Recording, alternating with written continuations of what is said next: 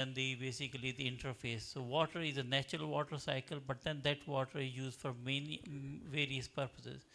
Water as a part of that one is using for drinking and wash. It's also going use it for food preparation, for processing, and as well as food production is the main thing. Where around globally around 70% of water is used. And then as well as water is also used for energy, hydropower generation, and all those are contributing towards that one the economic development. And some water goes back again in a system and everything. So what we are looking at around on that one when we are talking about the food production and then ecosystem, we are talking about fisheries, aquaculture, crop, livestock, and also the downstream environment. And that's contributing towards that one the food security and nutrition. So water is in a way of connector between for ecosystem, food, energy, and economic activities. And then that could be water, could be also when we are talking about transboundary context, it could be also part of the potential for conflict in transboundary and also for shared benefit across the river basin. When we are looking at around the 17 Sustainable Development Goals, we are talking about the foods, SDG 2, we are talking about the 6 on the water, and then we are talking about the 7 on the clean energy. These are the 3 which are connecting, but these along with the 3, there are many other SDGs who are directly contributing. When we are talking about the climate action 13, it's directly that flood and drought, we are linking around that one. Also on the 12 is on the consumption and then the production for agriculture, other one, as well as many others are contributing. 11 is also on the sustainable cities, and all those are, it's in the way that one when you want to go achieve the sustainable development goal, these 3 SDGs are critical, and that have many connection with the other SDGs. Okay, looking around that one, typically we are talking about, we are working in a silo approach, or we are talking about water security, but at the cost of the food security or the energy security or at the cost of the health. So water is a basically multi-sectoral demand. We know that one in future the water demand is increasing. We know that one we need more energy, we also need a food. How we could bring a kind of a balance between that one water security, food security and energy security at balancing as a part of that one the epicosystem, so the downstream ecosystem is also not impacted. There are many ways of that one, but we can do it. It's basically, we know that when the natural sources are depleting and we need to have the resources, whatever the resource base is available, how we could use those resource base as a more conservative, as a part of that for sustainable and resilient societies and then the economy. So Nexus approach is helping on that one, how we could bring the improving the system efficiency, but and then through the optimizing the resources and balancing the multi-sectoral needs and everything. Okay, so IWMI, one of our colleague Bunyad did a study where we looked around the nexus, what that water, energy, food nexus mean in the context of the global one. There are around 900 papers were reviewed, and out of that one we figure out that many papers are talking about nexus, but that actually mean across the water, energy, food, that's hardly any, around the 100. And when we look around the in depth, also we are getting it only 13 there are case study which are talking about really the water, energy, food nexus. But what are the key limitations on that one from all those studies of that one? Data is one of the major limitations, but also lack of the transdisciplinary, which is fundamental for the WEF nexus, is important, and sectoral integration. That's also missing in many of those studies. So that's capturing it, it's good, but that how that could be operationalized and how that could be done. So what that means, the why of nexus makes sense when we are talking about its interdependence. Capture feedback to water sector and all the energy and the food. It's also efficiency to reduce the resource use. It's also managing the trade-off, minimizing the negative impact as well as, and it's also looking around that one, the how we could bring those sustainability as a part of that one, in terms of not looking for a short term but long term on resource availability, and also dealing with the climate one, not only for adaptation but mitigation as a part of that one, and ultimately that's benefiting for the society and for everyone. IWMI as a part of the, along with CGIR, we were running this, this Nexus Gain initiative from 2022 under the new initiative which we are talking on, new science program, policy science program. There is a WEF Nexus AOW4, which is a part of that one, which I'm leading with the, along with the IFPRI, Dr. Claudia Ringler, and where we are looking around the 5 of the river basin. In case of Asia, Aral Sea, Indus, Ganges, But here I will be focusing today on the Lake Tana Basin in Ethiopia, in Blue Nile, Eastern Blue Nile, and also in Komati, which are the two case studies for the Africa. And so what that means in terms of the Inkamati Basin, so the biggest issue in Inkamati Basin when we did a demand was that how we could develop integrated river basin model for Inkamati Basin. So we utilized the Python water sources model, which is developed by University of Manchester for the basin water system allocation in terms of flow, water demand, allocation and infrastructure. And that's capturing all kind of basin dynamics, as well as it's also, we develop it with the various organizations in Kumakam, Mozambique, and then the Eswatini and many of those ones. And those scenario was also developed on how they want to appropriate the water allocation, what they can do, and we made sure that we are bringing the young professional as a part of that one. And the key issues were identified with member states. And the whole idea was that the objective was that so that we could develop a model that could support the basin-wide decision making by the INMACOM, which is authority, and also doing the different scenarios. If you want to reduce the less water, if you want to build more dam, what's the impact of that one, and what are the different climate change scenario which is impacting on that one. This is basically the snapshot of the Inkamati River Basin. There are around, we looked around that one, that how that has been built on the website. It's an easy to use interface and result, and its model sharing is also now that being used by Income, which has around the 811 nodes, and it's running it on a monthly time step along with the irrigation for the reservoir, for the domestic and industrial, all water allocation could be met into that one. But stopping it not here, how that could be bring a multi-stakeholder platform, because we want to make sure transformative partners are there. Therefore, we develop a multi-stakeholder platform, bringing all the different partners who are running it, and that's where we are working it as a part of that one. That's evolving over a period of time, so that has a wide ownership from the income across that one. Let's quickly move into the Blue Nile Basin in Ethiopia, where we are looking at around that one, the nexus thinking and awareness creation through multiple stakeholder engagement, nexus issue within the government and private sector, and integrated water storage assessment and capacity development. We looked at around that one, the stakeholder engagement, lot of stakeholder understanding the issues. What are the issues and what we can do? How we could, base on the issue, we could develop different scenarios and everything as a part of that one. So the stakeholder was quite about that one, that they were aware of that one, the nexus, and they're saying that we need to have a trade-off and we need to have multi-sector platform, data sharing. And but one of the bigger issue was that the part of finding was institutional weakness, and also on that one, how that will be linking with the policy, and then what are the tools and capacity building within the government sector that could be utilized. That the one example I'm giving it out of the many examples is about integrating water storage. The Lake Tana Basin is several natural and man-made water storage that serve different sectors, and we want to understand that one, how the trade-off from natural storage, which are the lakes, aquifer, wetlands, soil moisture, reservoir, for various purposes the water is being used. And to see that one, what are the present demand, what are the future demand for the water storage.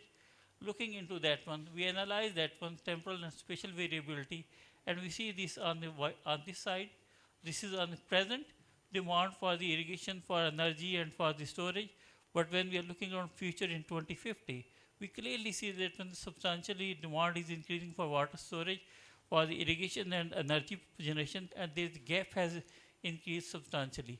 Now, how we could develop an optimized model that could be helping on different stakeholders to support an optimal combination of built and natural storage that could be done. And in that regard, we did a lot of capacity building of the government ministry and private sector, as well as how we could build the institutionalize the Wi-Fi nexus, operationalize the vaccine nexus, and what sort of data is available, and how that data could be used as a part of that one. Through those exercises, we got basically now the ministry has built in on that one. They agreed there is a need of synergy and how that could be storage concept in the revised water sector policy. That's what we are working with that one. And the database is being developed, and that's a demand for the learning the nexus, which has been increased within the government, not only in Ministry of Water, but also other ministries relevant. Quickly going on a small scale irrigated and rain-fed agriculture as a part of that one, where we are looking around the soil moisture use. Around there are different set of soil moisture instruments, which are the wetting front detectors, Camelon soil moisture probes, and here we want to utilize those soil moisture probe and saying it Those are the developed by the Virtual Irrigation Academy in Australia. That's are working in a very simple diagram way. Blue is plenty of water, is that one. The green is when the water is there, it's up to the field capacity, and then that one, the red is when the water is at the wilting point. So we utilize those one in the under the CGIR initiative in Tanzania and Benin, along with the drip irrigation system at the smallholder farm, where we have established a vegetable production hub, around 10 production hub in Tanzania and Benin, applying those one. And what we got it, this is the first one, is the farmer, when the farmer applying without the soil moisture use of any that one, and he's applying plenty of water, and then that's a saturated. This is the one below is showing it, that one which we have guided to the farmer, and that's showing it basically green color indicating the moist soil, red in color indicate dry soil. We want to go on that one, basically going for the green, and then not going for the red one. But if red one is there, how could we, this is around the 20 centimeter, 40 centimeter, and 60 centimeter depth as a part of that one. How that translating into the transforming the water and food system? There are the many findings as a part of that one, but overall we look around the examples of that one, 46% to 86% water consumption has been reduced. And then the frequency of the crop, also water applied, also reduced 2 to 4 times. It depends on the farm type and everything. And ultimately the farmers are getting the groundwater for pumping. That's also contributing on that one, reducing the energy usage and everything. Moving on in the context of Africa, the solar irrigation, which is also, we talked about a lot of, this is a map about showing the groundwater storage. On the other hand side, for the Africa, showing the recharge. And we see that when there are different where the storage is at the moment, where the recharge is, these are the two different patterns. We want to make sure that we are not facing the similar problem like what happened in case of Asia 40 years ago. There was a plenty of groundwater, but now with the extensive pumping and everything, what to do? Of course, many of the farmers are going for solar pump, and that has a lot of benefit. It's less frequently need is needed for the repair. It's avoid some of the public sector constraint, and there is a potential for 2.8 million households to use solar pump by 2030. That's a lot more potential, but also has a certain challenges as a part of that one.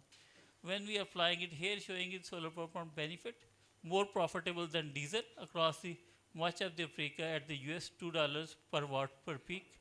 And it is providing a cost of basically, it's in terms of profitable, you could get that one, the farm scale case of profitability within 6 months to 2 years. Break even cost is more, and we are thinking of, many studies are predicting that one 2050 solar profitability will be higher due to high temperature and low solar gas in the context of Africa. But how that will be impacting on water availability, especially the groundwater, where IWMI is developing different solar irrigation pumping size and solar suitability mapping tool, basically guiding that one wherever we are doing it, that one, design an irrigation system that require the pumping system be matched to meet the irrigation requirement. We talked about farmer-led irrigation, right sizing is optimal to optimal utilization and avoid maladaptation. And we have developed a kind of the solar pumping size tool and solar suitability maps for Africa, Ethiopia and Sub-Saharan Africa. Those maps are also available on IWMI's report, and we'll be sharing it. That's helping us how to avoid those kind of the future over pumping and make sure that we are optimizing the resources and everything. Lastly, as a part of the CGIAR Nexus Gain initiative from 22 to 24, we have developed 25 interventions. Some of the interventions which are really relevant for the Africa, which we are talking about, the WEF capacity building tool for the government policymaker, water storage diagnostic is another one, water productivity assessment tool, groundwater governance. Many of those tools are practically applicable for the context of Africa and how we could use it. And in a key message, we need to make sure that it's a closely, the WEF sectors, water, energy, food ecosystem are closely related, and integrated solutions are more effective than going for the silo approach. Also, but at the same time, as we are talking about transboundary, regional collaboration is very important because the resources are shared and how that could be utilized on that one. At the country level, opportunity exists, but also at the regional level. And also, but there is need of more support of policy, legislative and scientific level, that kind of collaboration that must be happening. And then ultimately that will be only happening when we provide a capacity building tools are available for the government policymakers and the private sectors, for them to have a better understanding, tools and everything. That's all good. But how that could be operationalizing to the next stage when we are applying those one on the ground, that's quite a challenging. In Asia, there are some successful examples, but not limited, not a lot. And that's where there is a great potential. If you want to transform the food, water and food system in Africa, we need to work it together on that one. Thank you. Thank you very much, Mosin. Thanks a lot. I'm sure you have questions as usual. Please note down your questions. We come to a point where we can take all those questions. Thank you for those examples from different parts of Africa. We have a second presentation which we are going to take by someone. It's already recorded online. The second expert is a professor of climate change, food system and health at the London School of Hygiene and Tropical Medicine, and also a staff and employee of United Nations University Institute for Water, Environment and Health, Dr. Tafazwa Mabodi.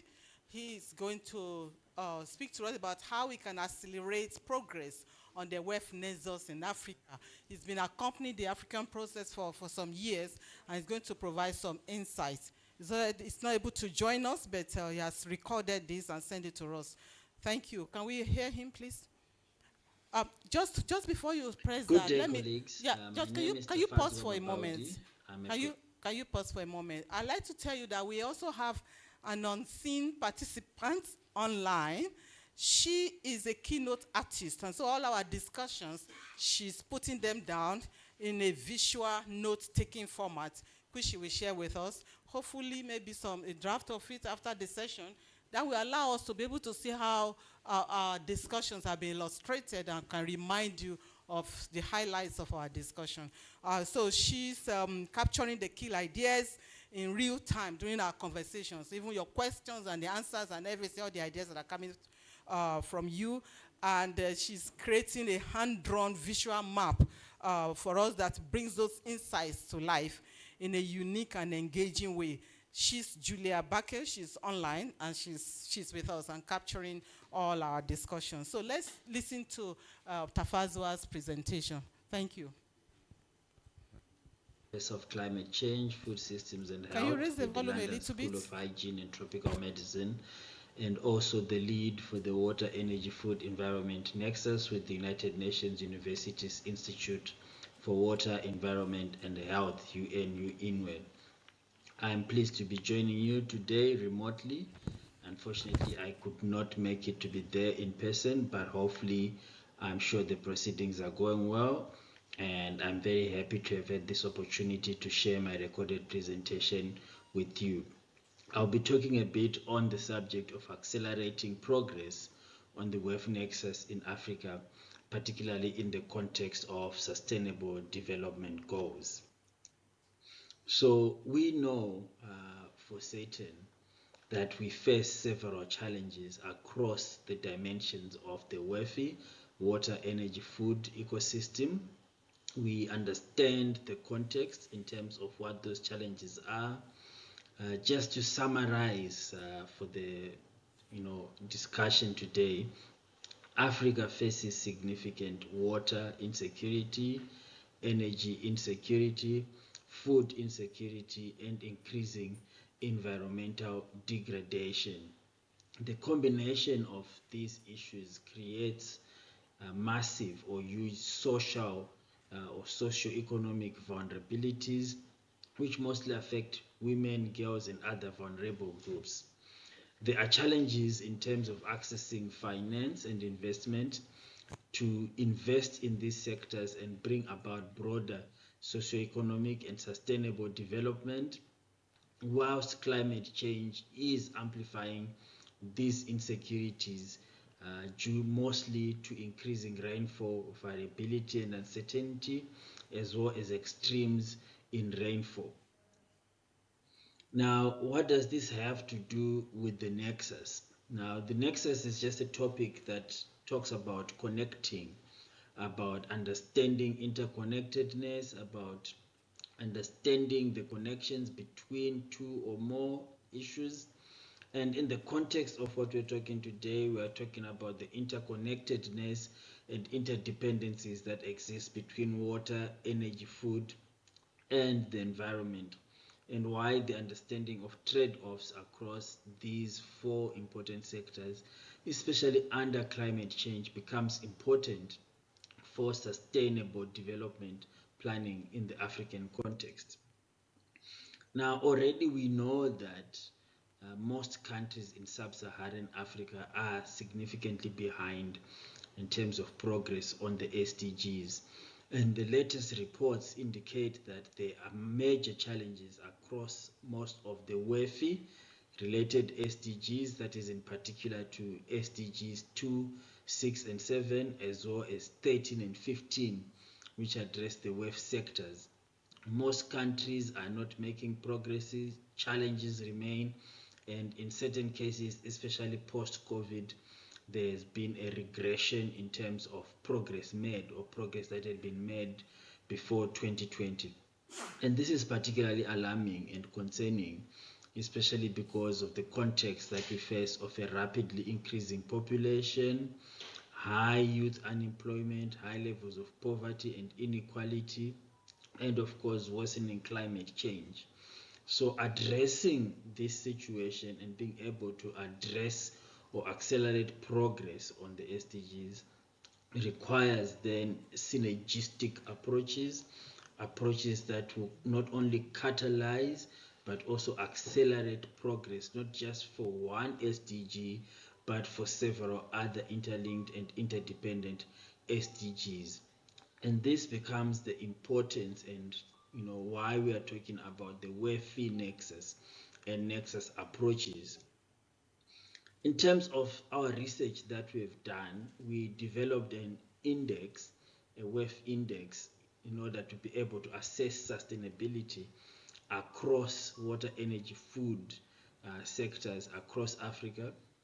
And from that index, we were able to assess and determine that there is high instability or unsustainability across the WEF sectors in Africa, sub-Saharan Africa in particular, and water is the most affected, and of course energy insecurity is also concerningly worrying and can be an enabler for unlocking both water and food security. So whilst we might be talking water mainly at this engagement, but it is also good that from a WEF nexus perspective, we understand that energy is a key enabler for unlocking water and food security, especially in areas that do not face physical water scarcity, but face economic water scarcity, and also in the context of transboundary water resources management.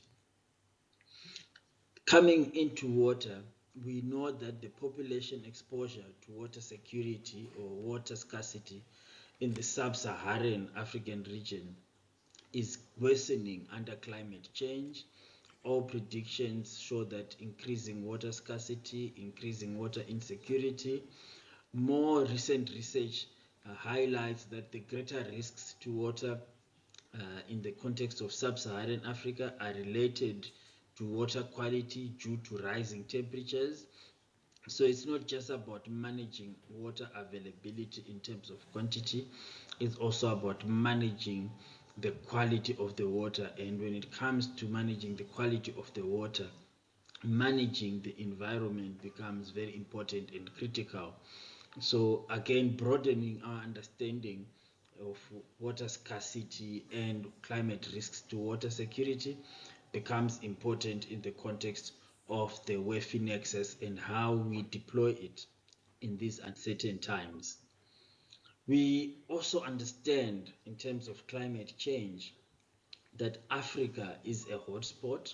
As you can see, it is perhaps the continent most impacted negatively by climate change, facing negative impacts across water, across food production, across human health and well-being, with significant implications also for infrastructure and human settlements. We have been seeing a rise in floods, a rise in deaths associated with floods, a rise in infrastructure destruction associated with flood events. Droughts also cause significant impacts for water and food security. And just last year, the Southern Africa region had one of its worst droughts ever on record, which pushed millions in the region close to starvation. It also disrupted energy availability because most of the energy is generated through hydropower, and that had significant implications in terms of countries' ability to mitigate the drought impacts while also dealing with energy deficit and shortages. So these things are interlinked, and at the same time, these repeated droughts and weather extremes also accelerate environmental degradation, undermining sustainable development as well as human health and well-being. Which brings us again back to why the nexus, because as I am trying to highlight, these issues are interlinked and they don't happen separately. They tend to trigger each other or amplify each other in terms of impacts, and they often happen in the same space and same time. So a coordinated and interlinked approach to managing them becomes critical to success and also critical to sustainable development. We've all heard about the so-called planetary boundaries, where there have been 9 planetary boundaries that have been defined by the Stockholm Resilience Center, and how over time we have been breaching these boundaries. In 2009, 3 boundaries had been crossed. By 2015, we had crossed 4, and to date we have now crossed 6 of these boundaries. And this is particularly concerning and worrying as we continue to see increased impacts of climate change on human and environment. And it is also particularly concerning as we continue to see the impacts in terms of regression in sustainable development and increases in socioeconomic vulnerabilities. And it is very important that as we gather and consider how we manage water better in agriculture, we also understand the catalytic role that agricultural water management has across these systems, that it has not only within the water sector, that it has within an energy paradigm, that it has within the food paradigm, and also that it has within the environmental paradigm, and how through better agricultural water management we can start to bring about or catalyze a more positive and more desirable change in the system. Now, coming now to the water energy food nexus, which I've been alluding to, the understanding of trade-offs which I've been highlighting between water, energy, food, and environmental systems under climate change becomes important in terms of how we plan and implement development, how we plan and implement interventions, and how we monitor and assess impact over time. Now, the questions that we have to think of as we are gathered here as scientists, as policymakers, as practitioners, is how can the WEF Nexus approach support systems transformation to deliver on sustainable and resilient food systems that are not only healthy but are also equitable and inclusive under climate change? How can the WEF Nexus approach be applied to enhance use and scaling of planetary health sensitive innovations, taking us back to the discussion just now on planetary boundaries and how we need to ensure that we do not breach any more of those planetary boundaries? And how do we start building a new type of capacity that is trained in this inter and transdisciplinary space, that is able to conceptualize and understand trade-offs in the design of agricultural water management interventions, but also is able to implement, monitor, evaluate, and impact assess those interventions? So being able to integrate climate, food, and health becomes central to the water, energy, food, environment nexus. And also it is key to how then we are able to accelerate and catalyze sustainable development on the African continent. As I mentioned, we have done some modeling work. We have developed a WEF Nexus Index, which I shared earlier on.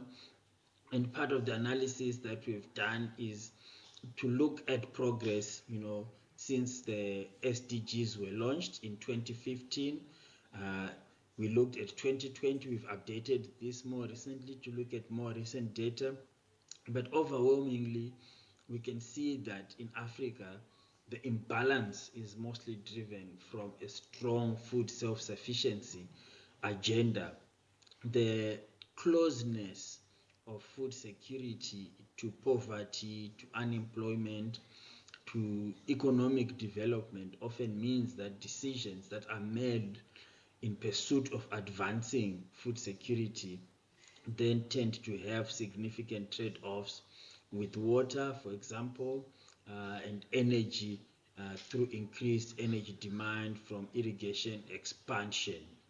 So understanding how then do we produce more food using less water and using less energy, but with minimum or zero negative impacts on the environment, or more desirable with positive environmental spin-offs, becomes critical to how we plan our agricultural water management, and also how we can catalyze other sustainable development goals and broader sustainable development.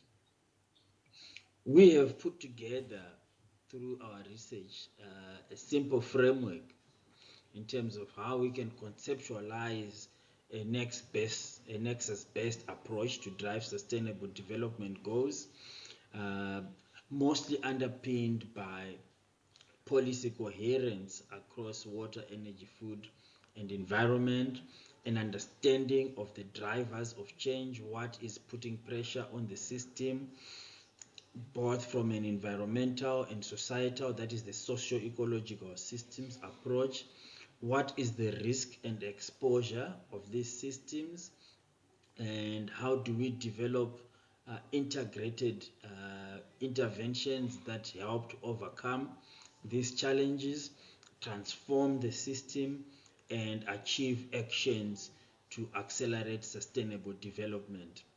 So this is a simple framework which is primarily driven or underpinned by a strong assumption on cross-sectoral governance, coordination, collaboration, and partnership. And we already represent different sectors, so how we work together, how we reach out beyond our silos, how we collaborate and understand the transference of challenges from one sector to another, our ability to convene, sit and plan together and implement together becomes critical to achieving sustainable development, achieving water, energy and food security, whilst maintaining environmental or ecological security and integrity. The key messages that I just want to leave you with in this discussion is the nexus approach, because it is multi-sectoral, requires strong multi-sectoral collaboration and coordination, as well as policy integration to facilitate that. It also requires capacity building in areas where we had not built the capacities, and strengthening in areas where capacity already exists but it needs to be strengthened. We need to focus on local to global solutions, that is focusing on localized solutions, because the impacts of climate change are mostly felt at a local level. So we need to build from the bottom up, but taking into consideration the trade-offs across scales, both geographic and also temporal scales across time, and as well as looking at the transference of trade-offs across systems. We need to innovate and we need to come up with innovative and inclusive financing mechanisms, especially in the water and energy space. As I mentioned earlier on, our research has shown that, contrary to the widely held assumption that water insecurity is the main challenge in agriculture, it is actually energy in many cases. So energy is an enabling role across the nexus, but we need green and renewable energy solutions to be deployed fast enough to be able to bring about that catalytic role. So how do we play a role in agriculture in terms of facilitating this transition? Empowering youth and SMEs in this innovation space becomes critical for facilitating inclusion and equity. And then we also need to be able to deploy these innovations fast, but also responsibly enough. So we need rapid and responsible scaling of innovations so that we manage the risk of trade-offs that might create unintended consequences elsewhere. In order for us to be able to do that, we need to invest in WEF Nexus scenarios that will help us understand and plan for complexity, risk, and uncertainty. And we need to plan and think within the context of catalysis and acceleration. How do we plan actions maybe located within one SDG, but that provide multiple benefits for other interlinked SDGs? In doing so, we must pay special attention to valuing natural capital and investing in nature-based solutions. I think those are the key messages that I was hoping to bring to this discussion. I would want to thank you, and I would also want to encourage you to look on the LinkedIn for the Global WEF Nexus community, which is where we facilitate a lot of these discussions and share a lot of the knowledge and products that I was referring to, the research, as well as convene conversations around how do we, as people working in the Nexus space, apply Nexus thinking, how do we develop tools, how do we apply those tools, and how do we translate evidence to inform policy and practice. So thank you very much, and I hope you have a good workshop and enjoy the rest of the week. Thank you. Okay. Thank you. Thank you for your attention. So basically, he has drawn our attention to the importance of looking at the interconnectedness between water, food, energy, and environment in our planning process at different levels, whether at the local level, at the watershed, at the basic, at the national level, intersectoral engagement. He talked about policy coherence that is very important, and cross-sectoral governance.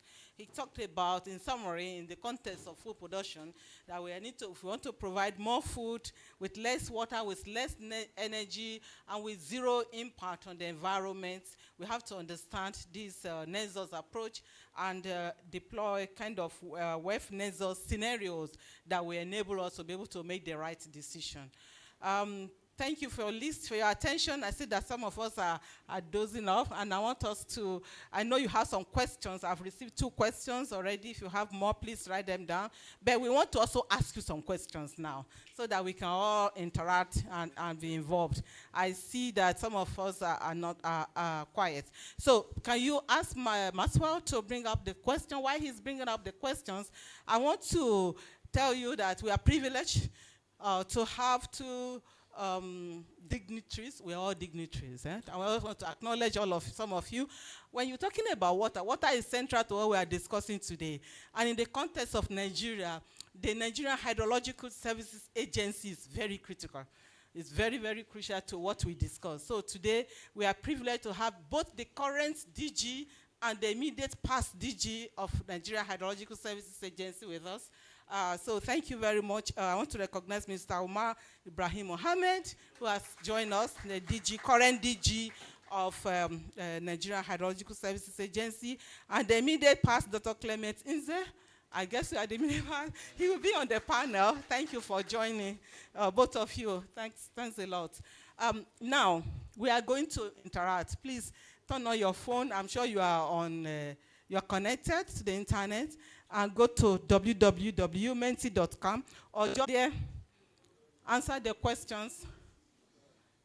You can either scan or you type, you go to www.menti.com, write the code 52066172. I think there are about 4 questions there. Can you respond to the questions? Once you have taken up, taken up code, we'll now start showing the, yeah. So the first question is, what does your role or job primarily focus on? We're talking about water, food, energy, and environment, ecosystem. Only one person has responded so far. We are seeing the answers now. The code is 52066172.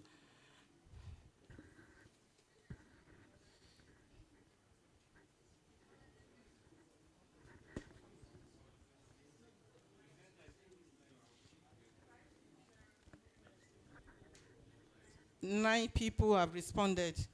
We are more than 50 here.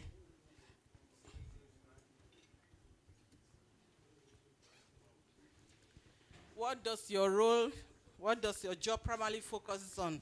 Most of us are on water, some of us on food, 7 people on, only 1 person on energy, 2 people in the environment sector. We are trying to look at those of us that are in the room. Are you basically in the water sector or in the food sector, in the environment or energy?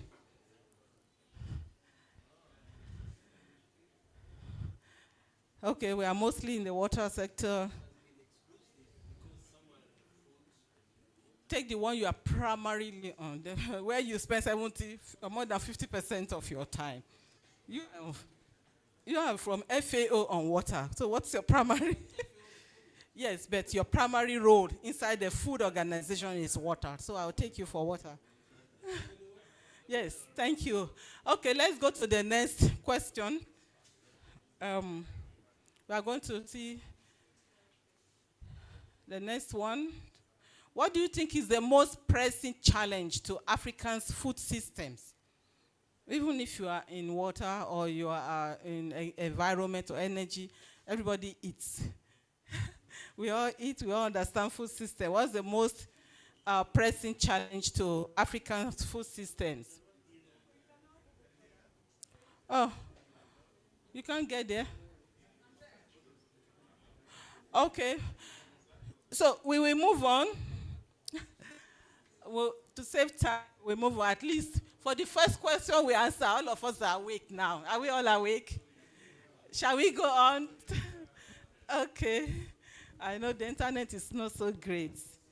Don't forget that we have our artist online who is documenting all that we are doing. So to take us to the next session will be a panel discussion. As usual, as we normally do, we like to hear from different perspectives. We don't want to just bring people from the public service or people from the academia, but we like to have a mix so we can get perspectives from different stakeholders. So to take us through that, I've already introduced the former Director General for Nigerian Hydrological Services, Dr. Clement Inze. Please come here, sir, come and sit. Thank you, let's clap for him.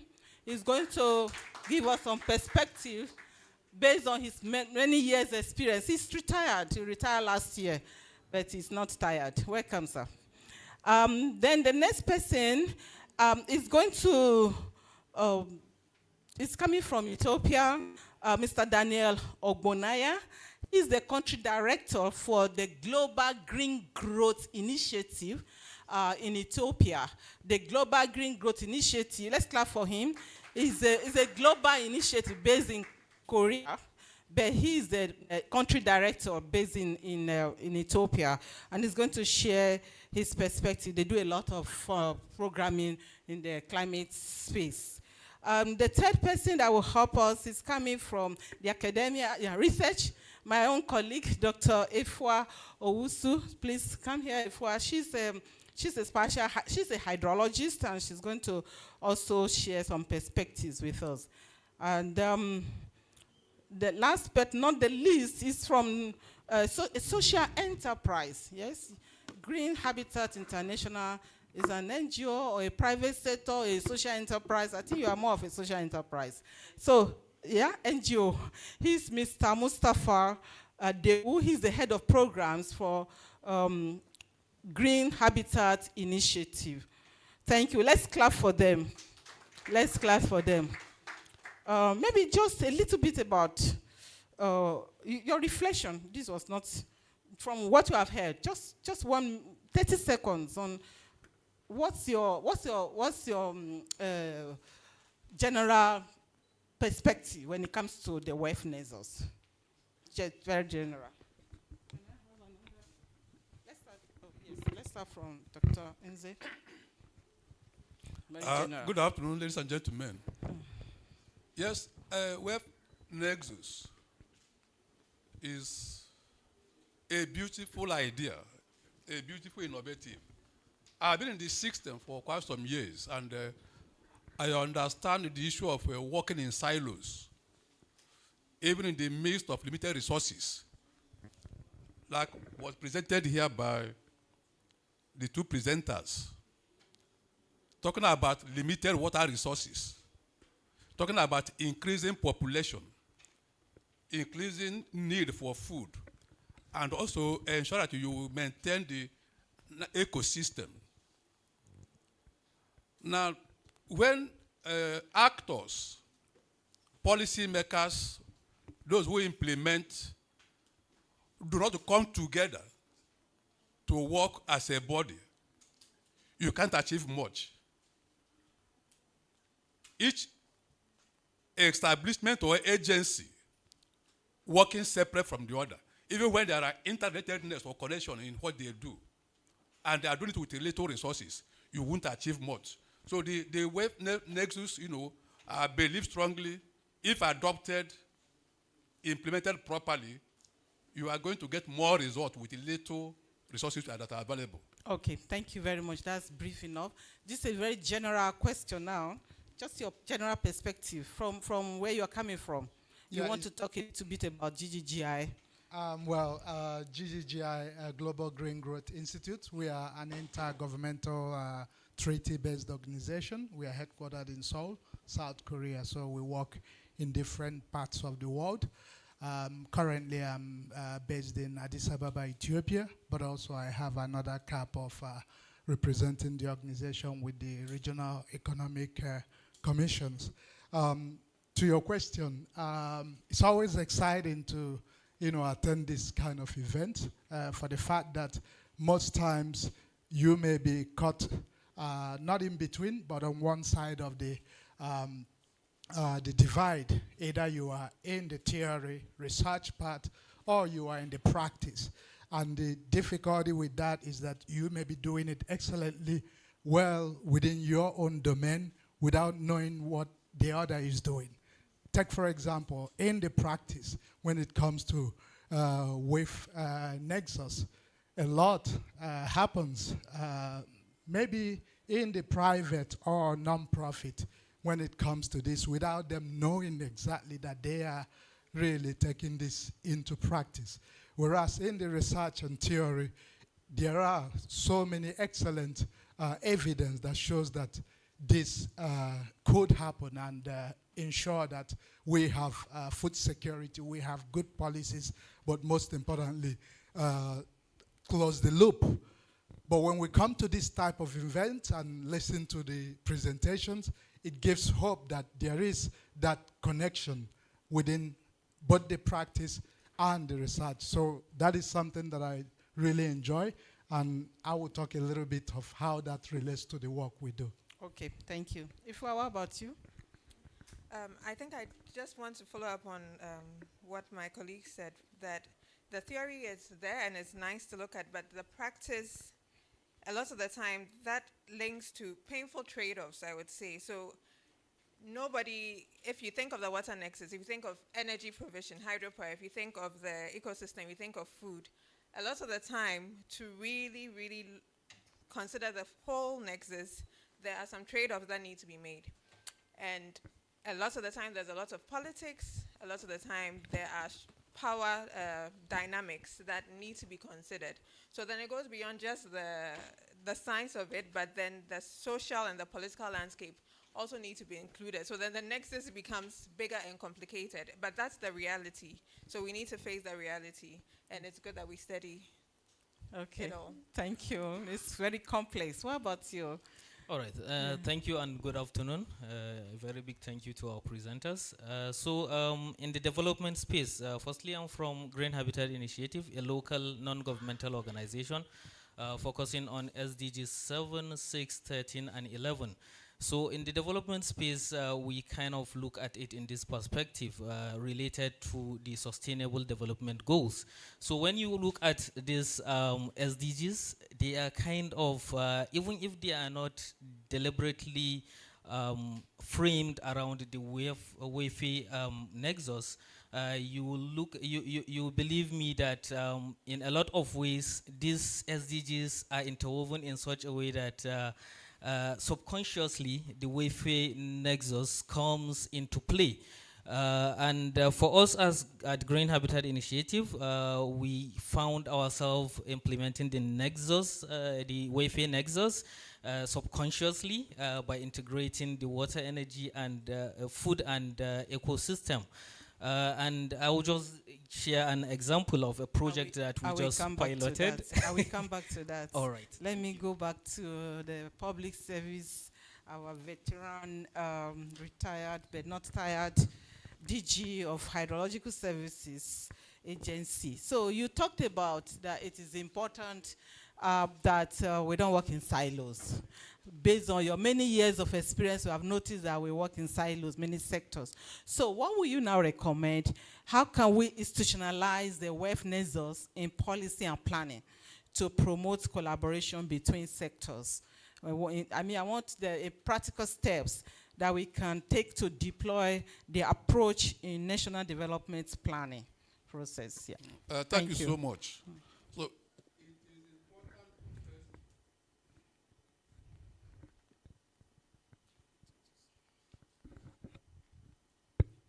it is important to first of all identify various institutions of government that contribute in one form or the other toward the same issue. For instance,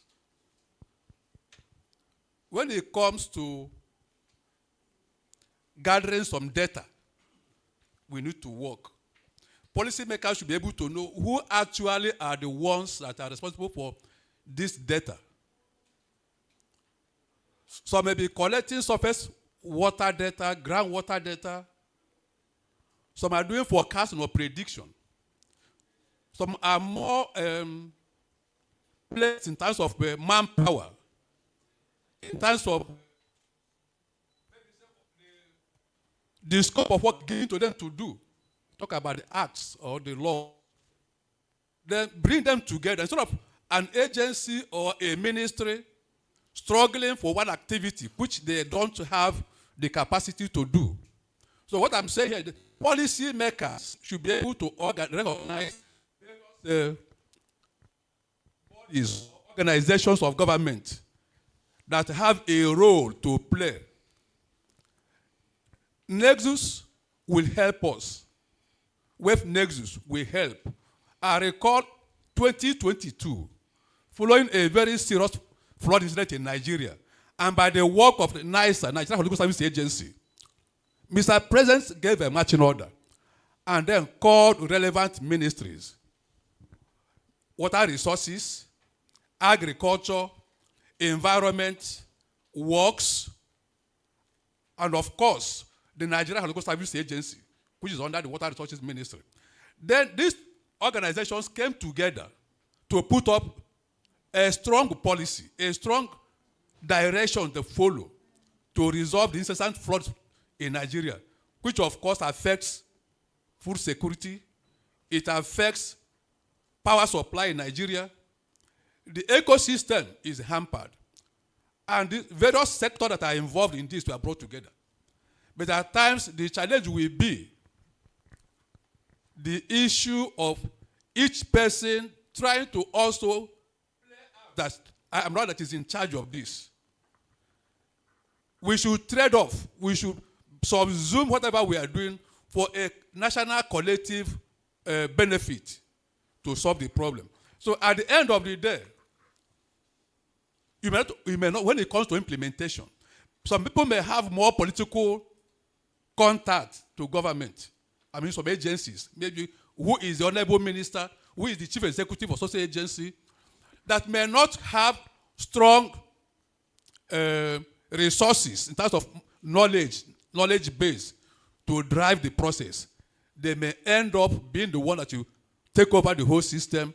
At the end of the day, the good intention that was intended by bringing experts and agencies together will not be realized. So there is the need to, in policy formulation, bring out all those people that are involved, agencies that are involved, to carry out an activity, put them together. Let there be a strong policy that supersedes each organization's personal interest, but that personal interest will override the general good of the nation. So that's what I have to say on that. Thank you. Thank you very much, sir. Let's clap for him. I know it sounds very ideal. The reality of it then is maybe another challenge. Do you want to look into that? How can we effectively, even he just described at the national level, but even going beyond the national level, we are thinking about actually supporting the whole of Africa with this kind of framing, WEF framing in the vision. How do you think we can effectively do that? Okay, so the short answer is more data, but I can give a longer answer, which starts with the story, which is interesting. So the Akosombo Dam in Ghana is like the center. It was the start of like the energy revolution in Ghana, should I say. It's underpinned the development of Ghana, made us fairly economically more developed than surrounding countries. But if you look at how it was built, first of all, we had 80,000 people displaced. They were flooded. That's upstream. And then downstream, we've got riparian communities that up to this day still live with the consequences. The change in the river flow, so they are dealing with aquatic weeds, they are dealing with a change in flow regime, they have lost certain fisheries, like the clam fishery, which certain authors, certain historians say was even more profitable than the cocoa industry. All of that changed, and even up to today, whenever the dam is near overtopping, they still flood them. So you'll say that the focus was on energy, but we forgot about ecosystems, we forgot about the people downstream.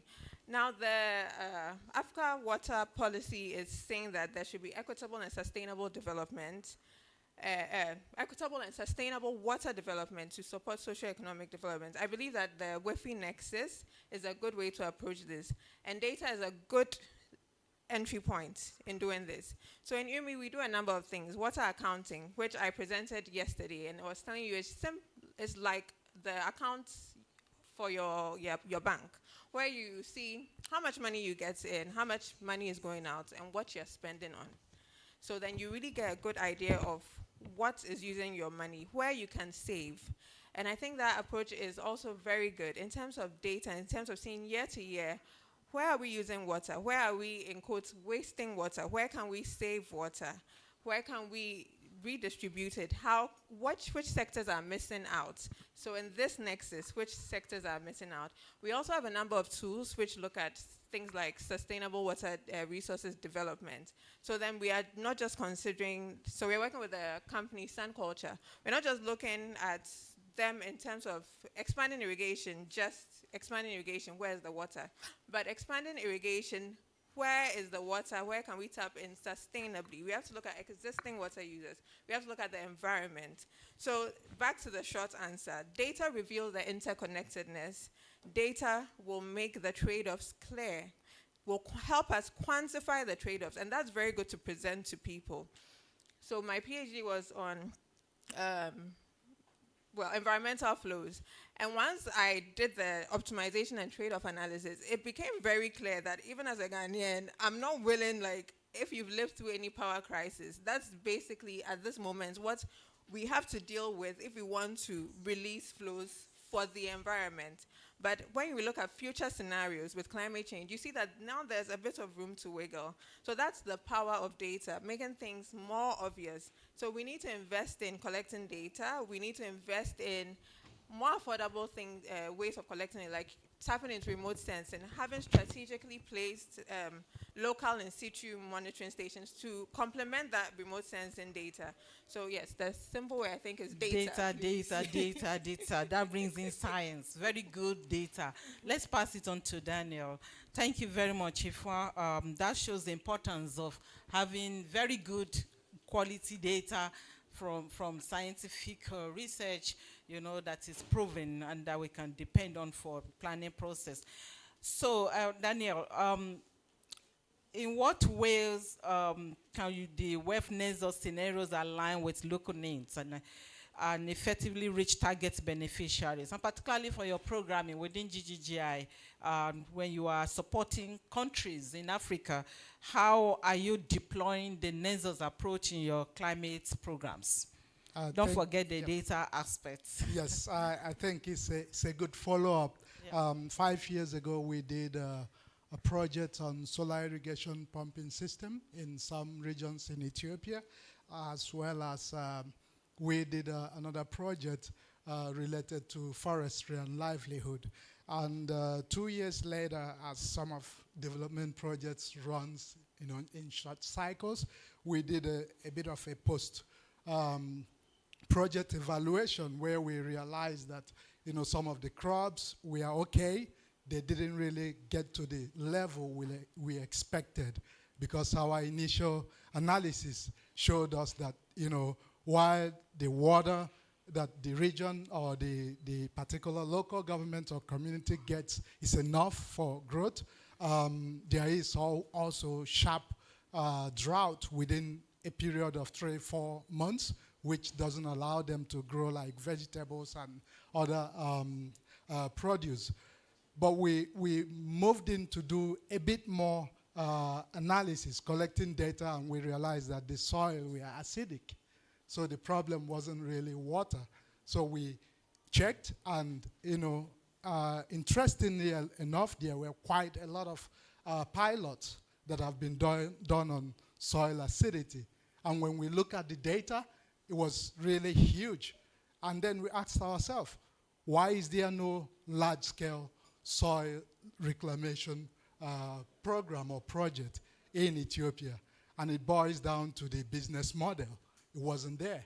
And we went to the government, who even showed us more data that showed that 4 million hectares of land is very acidic, and there is another 20 million that will be, likely acidic in the coming year. And then we started working on developing a business model where basically government creates new money, and then deploy it for farmers to really assess and have a payback period between 2 years to 3 years.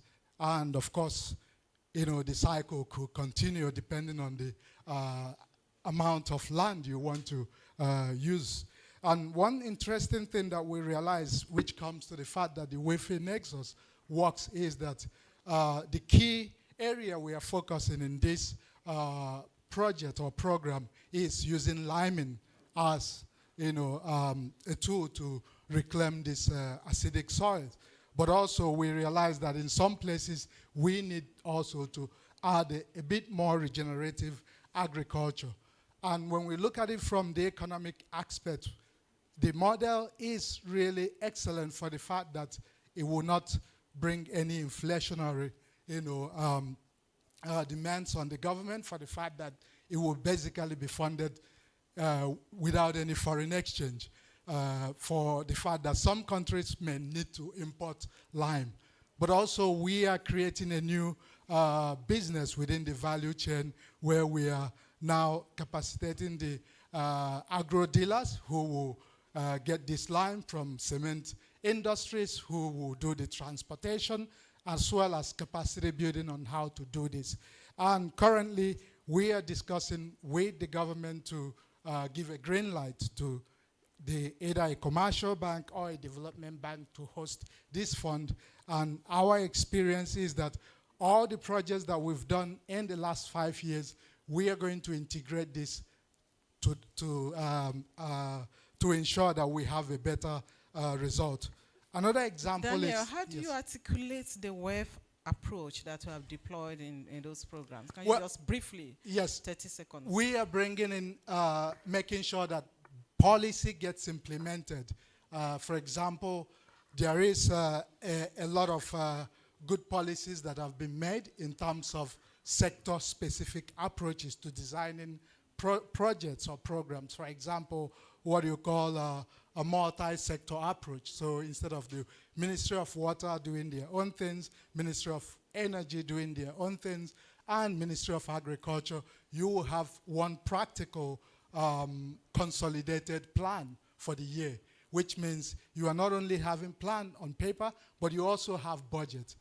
And what it means is that no one is going to duplicate this across the sectors. So you will have one plan that gets funded by the both government but also donors. In that sense, you bridge the silo. But this goes even to the community level, where if you are doing monitoring, it doesn't become external. So steering committees are created where the monitoring is done by the beneficiaries. I like the farmer-led initiative that was presented before. So this approach have shown that you manage resources efficiently in a resource-scarce environment, but also bring in technology, ensure that, for example, youth businesses got more interested in agriculture, food security, because you are now talking about how do you transport food from farm when there are high yields, and how do you connect them to the market. So you're already helping Ethiopia to achieve that multi-sectoral approach, Yes, right? we are not That's only helping Ethiopia, we are doing that in Rwanda, okay. Senegal, and we are also kicking off in Togo and Benin. Come to Nigeria. Nigeria Okay. is the best. And other countries, of course. Let's go to Mr. Mustafa. You were eager to share your experience from a project, a typical WEF project, and what it means at the local level. So, particularly, I want you to, when you share that briefly, can you also highlight the kind of capacities that need to be strengthened to properly mainstream the WEF NESOS, at least at that local level of project implementation? Thank you. All right, thank you. Sharing our experience with regards to mainstreaming WEF Nexus into our programming. Firstly, I will want to emphasize the need for deliberate programming towards implementing the WEF Nexus. For example, Green Habitat Initiative, when it's conceptualized the idea of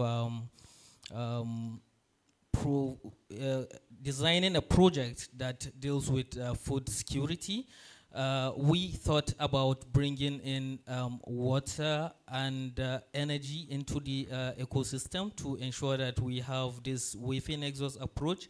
And that led us to thinking about designing a hydroponics project.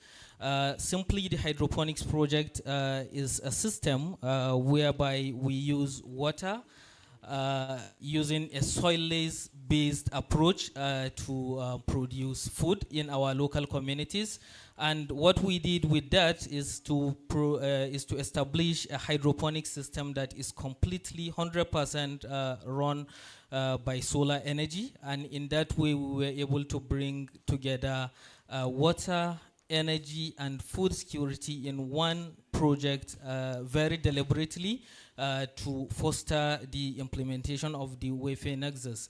So that being said, I believe being deliberate about bringing these focal areas together will go a long way in promoting the implementation or mainstreaming of the WEF Nexus approach.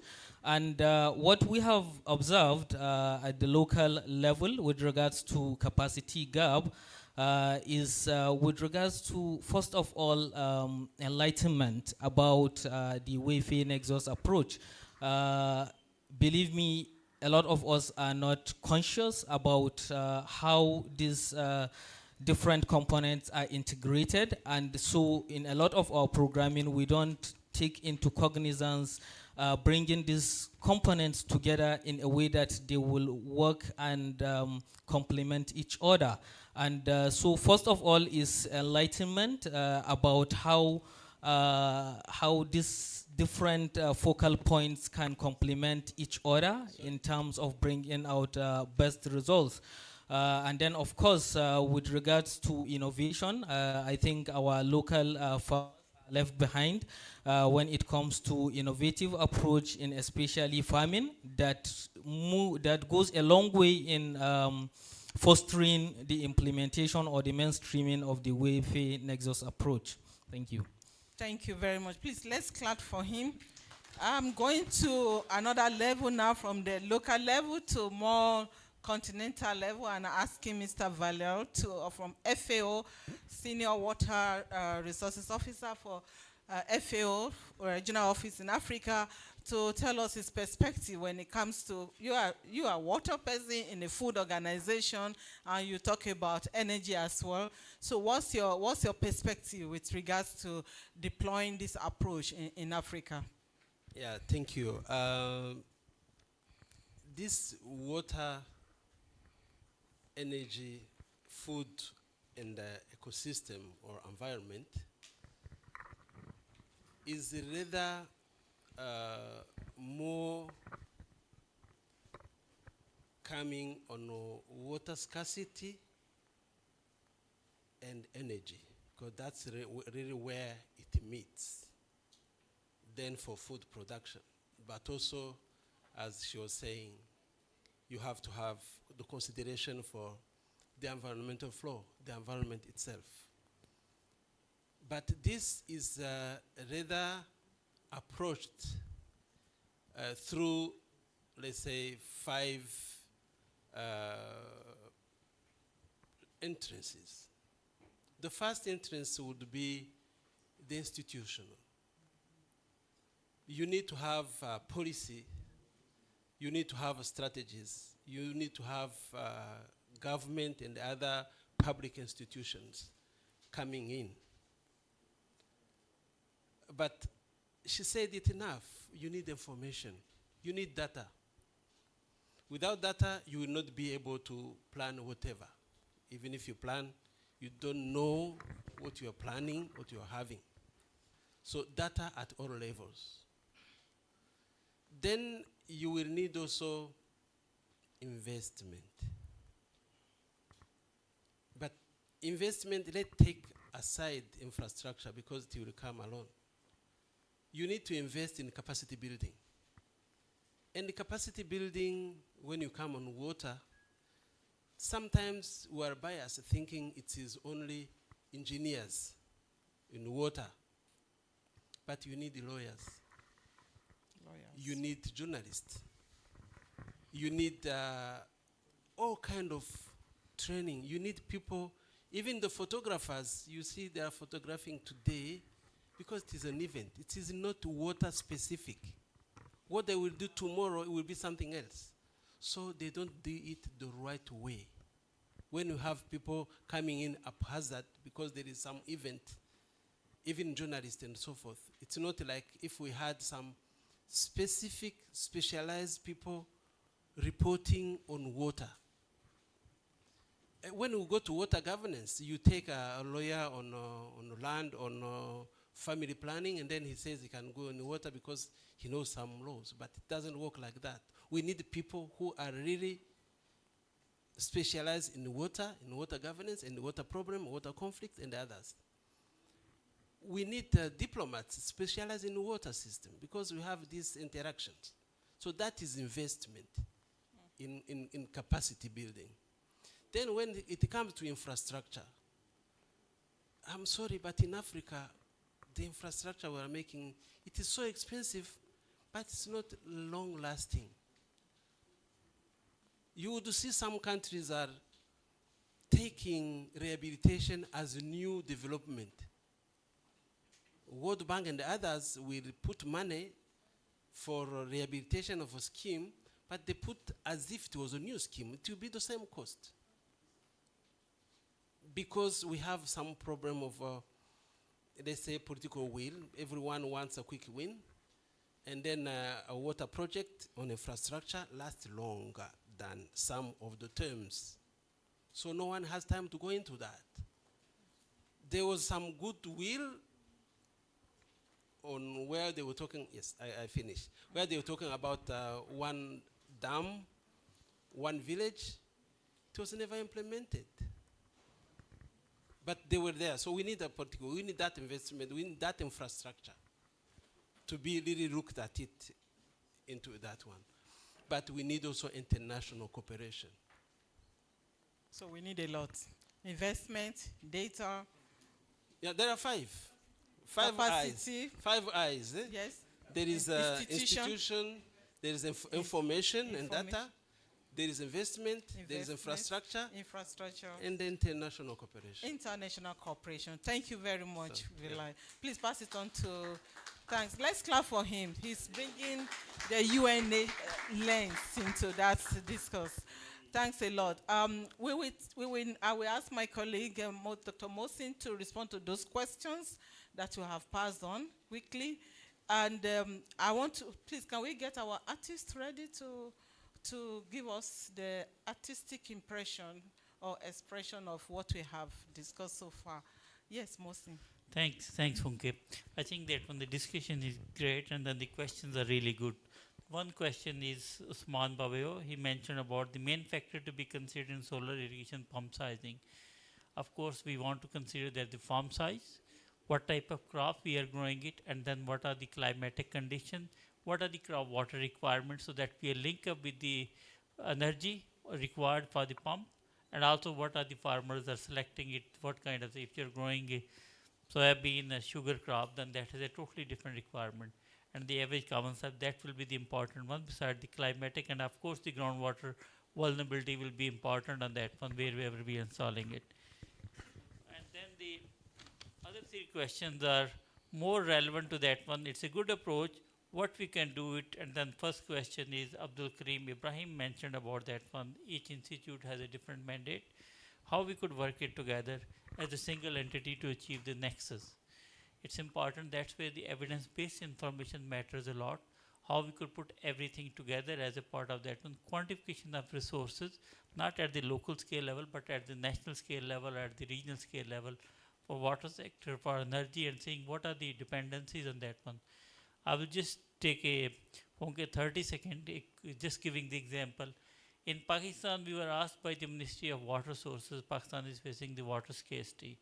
What we can do it differently and how we could help the ministry have a better understanding. We did a hydroeconomic modeling, and the modeling we looked around, if we are reducing a 15% of sugarcane, 15% of rice, what's the impact on the economy? What's the impact on the food security? What's the impact on energy, and how much additional water is available? You need to translate the language, evidence-based information to the policymakers so they understand. And once we told them, yes, they are able to educate and then see what they can do it together, what they can do it in future.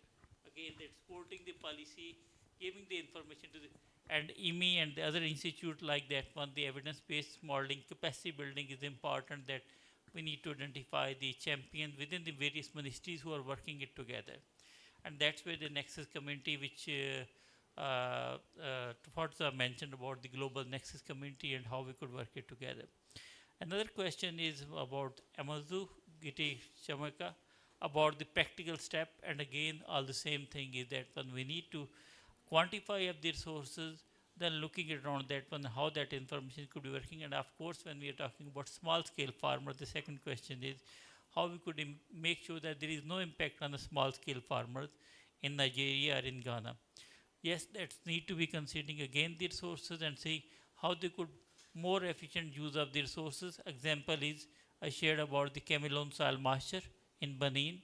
For the small scale farmer, they have less water availability, and how they could optimize that one, and other agriculture best practices, not only water but better seed, better fertilizer use, and all those things will be matter as a part. Lastly is about that one, the Professor Christopher talked about that one, again the nexus approach, how that could be helpful for water availability, for the consumable food production, and spatial and computing. Again, that one, my colleague from IWMI mentioned about the water accounting. That's telling us about the surface water availability, groundwater availability, and the spatial and temporal one. And that could be guiding on that one. What are the needs on the other sector? how much water is needed for agriculture, how much water is used for the other industry and everything, how we could put the things together into translating into the way what that mean. Last question is about the global funding agencies, showing it the funding resources allocation for developing nexus infrastructure in Africa. How there is no sustainability source for healthy alternation to that one. Again, I'm not the right person to provide the answer on that one, but bigger thinking on that one, where whatever the infrastructure we are developing it, how we could meet the climate resilient infrastructure, that's the water sector or the agriculture sector, that meet the future needs of the communities who are living it there. Thank you. Thank you very much. Thanks a lot, Mosin. Do we have the artist ready? Yes. Okay. I told you earlier that we were doing some keynote artistic work on the discussion. So we like to listen to all that we have been talking about. Can she explain briefly?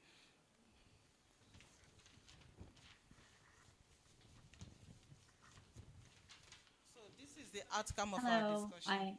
Yeah, go can you ahead, hear please. me? Go ahead. Hi, I'm Joy Bakay, and I've been here in the background listening, and I hope you'll enjoy this visual summary we created, and you'll receive this in an email or find it on social media as well. So yeah, keep up the great work, and I hope you'll enjoy this summary in the future.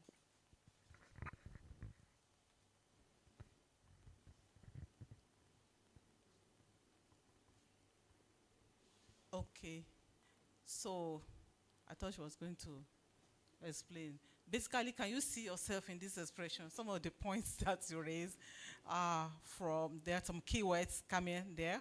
We talked about how we can contribute to the African water vision, post-2025 water vision, and it's very centralized about water and food system transformation, and the system efficiency is key.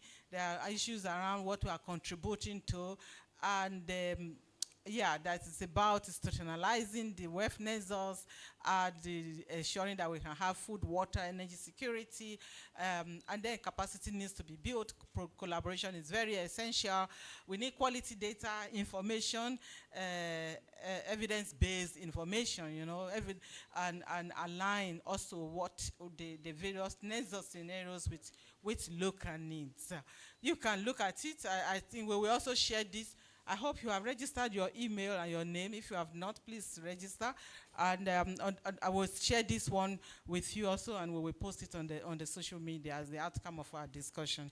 On this note, I'm going to pass it on to our DG, Dr. Mark Smith, to give a quick summary of takeaway for this session, and then I will give some last announcements before we go for lunch. Thank you. Thank you, Funke.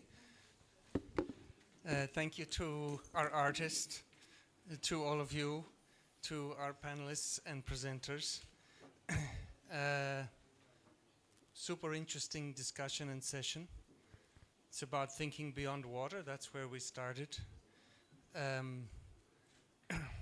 Terminology that I've been hearing and using lately, less about nexus, which is a bit complicated for people, and more about thinking, what are multi-sector solutions? For sustainable development, we need multi-sector solutions. And really that puts water in the context of development at large, right? So it's not saying that water's something we can isolate off of, away from the broader challenges and dynamics of development.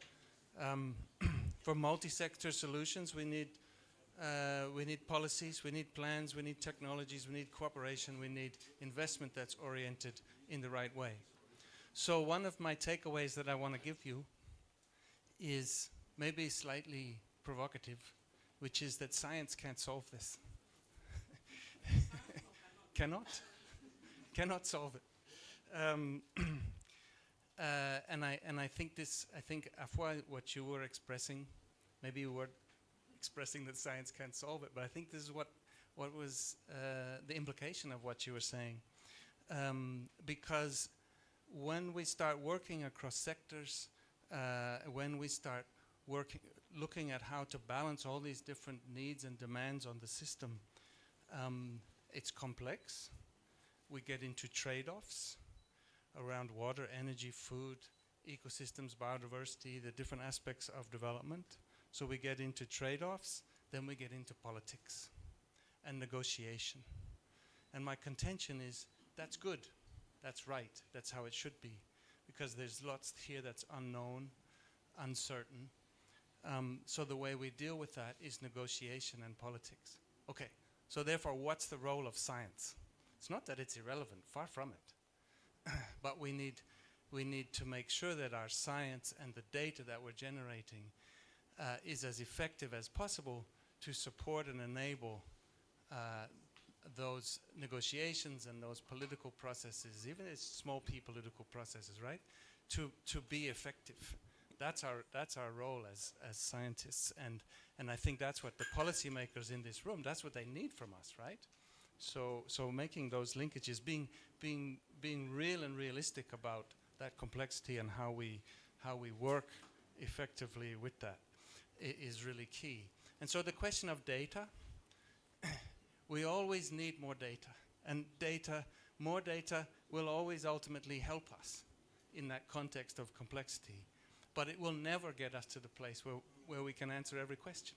So it'll always be a negotiation, better informed by better data, and then we can make progress with this need for multi-sector thinking. So I'll leave it there. Thanks. Thank you, Mark. You have put it in the right perspective. So let's not just think that we have the solution as researchers, scientists, but we are just one part of the story. We need all other people, collective action again, and ensure that even our science is very relevant, that is addressing the real questions and that we are providing evidence that will support the negotiation within the frame of the WEF nexus. So thank you very much. Let's clap for every one of us for being contributed to this session. The next session is going to start exactly at 2:30 because it's a seriously hybrid session. We're doing it in collaboration with the Economic Community for West African States, ECOWAS, and this is the Water Talks. It's a series of seminars we do every more or less 6 months, 2 times a year, and we have the privilege to do this year's edition, the first edition this year, during this conference. So there are many people, over 150 people that are 150 people that are already registered online. They're waiting. By 2:30, we are going to start. So when you go for lunch, please, let's have it quick and come back to join that session. I want to thank our panelists. Let's clap for them. And all of you for your contribution.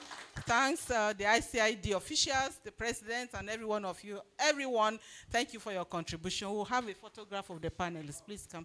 And please join. I forgot in the other session. Join us. Thank you. And then, bon appetit. You can go for lunch, and let's be back by 2:30. Don't forget to go to IWMI's booth. There are many goodies for you there.